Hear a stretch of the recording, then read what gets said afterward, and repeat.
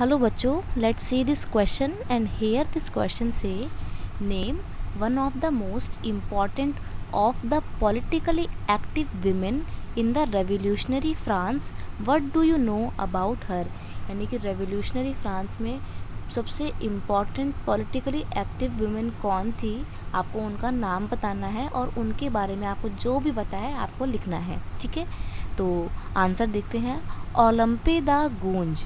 ओलंपे the गूंज एक women थी. She was most important politically active women in revolutionary France. Revolutionary France में active women's में से एक थी. कौन? ओलंपे द गूंज. अब देखो, जानते हैं कि इन्होंने क्या किया था. She protested against the constitution and declaration of right of man and the citizen. अब नेशनल असेंबली 1791 में जो कॉन्स्टिट्यूशन लाती है उसमें जो भी मैन थे उनको सारे के सारे राइट मिले हुए थे, लेकिन जो वुमेन थी उनको एक्सक्लूड कर दिया गया था. उनको किसी भी तरीके का कोई राइट नहीं दिया गया था. They were excluded from the basic rights that each human being was entitled to. यानी कि जो ह्यूमन बीइंग को बेसिक राइट्स मिलते हैं वो सारे के सारे मैन को तो मिल रहे हैं, लेकिन वुमेन को कुछ भी नहीं मिल रहा है. तो इस बात का इन्होंने प्रोटेस्ट किया. इन्होंने महिलाओं के लिए, वुमेन्स के लिए बहुत काम किया.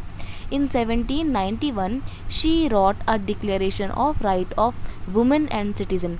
सबसे पहले तो इन्होंने declaration of right of man and citizen का इन्होंने विरोध किया था, उसको कंडेम किया था, क्रिटिसाइज़ किया था. लेकिन फिर बाद में 1791 में उन्होंने एक और डिक्लेरेशन लिखी और उसका नाम क्या था? Declaration of the rights of women and citizen. और इसमें उन्होंने महिलाओं को, वुमेन्स को भी basic right, natural rights provide किए थे. She criticised the Jacobin government for forcibly closing down the women's club. अब देखो, जब 1793 से लेके 94 के बीच में पूरे फ्रांस में मैक्सिमिलियन रोबेस्पियर के अंडर में जैकोबिन क्लब पूरे फ्रांस को अपने कंट्रोल में ले लेते हैं और फ्रांस में वो एक रेन ऑफ टेरर इस्टेब्लिश करते हैं. कौन? रोबेस्पियर. तो उस दौरान क्या होता है, उस दौरान जितने भी पॉलिटिकल क्लब थे ना, जहाँ पर लोग इकट्ठे होकर बातचीत किया करते थे, सरकार क्या काम कर रही है, जो भी पॉलिटिकल इश्यूज होते थे उन पर मिलकर जब बातें करते थे, उन एरिया को बोला जाता था क्लब.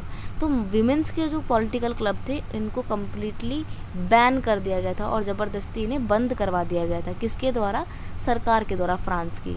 ठीक है, तो इसका इन्होंने बहुत ज़्यादा विरोध किया. इन्होंने कंडेम किया कि क्यों ये जैकोबिन गवर्नमेंट हमारे वुमेन्स के क्लब को बैन कर रही है कम्प्लीटली. ठीक है, जो फिर आगे जाके फोर्सिबली जब उनको बैन कर दिया जाता है क्लब को, तो इसको क्रिटिसाइज़ करती हैं और ये आवाज़ उठाती हैं. जब रोबेस्पियर को उनकी बात अच्छी नहीं लगती तो क्या करते हैं, वो इनको फांसी की सज़ा सुना देते हैं और इनके ऊपर देशद्रोह का, यानी कि उनके साथ, मतलब अपने साथ, अपने कंट्री के साथ गद्दारी करने का भी इनके ऊपर एक मुकदमा चलता है, ट्रायल चलता है. और बाद में इनको क्या होता है, इनको इनको ना फिर फांसी चढ़ा दी जाती है. तो ये थी पूरी इनकी स्टोरी. ओलंपे द गूंज कौन थी और उन्होंने क्या क्या काम किया.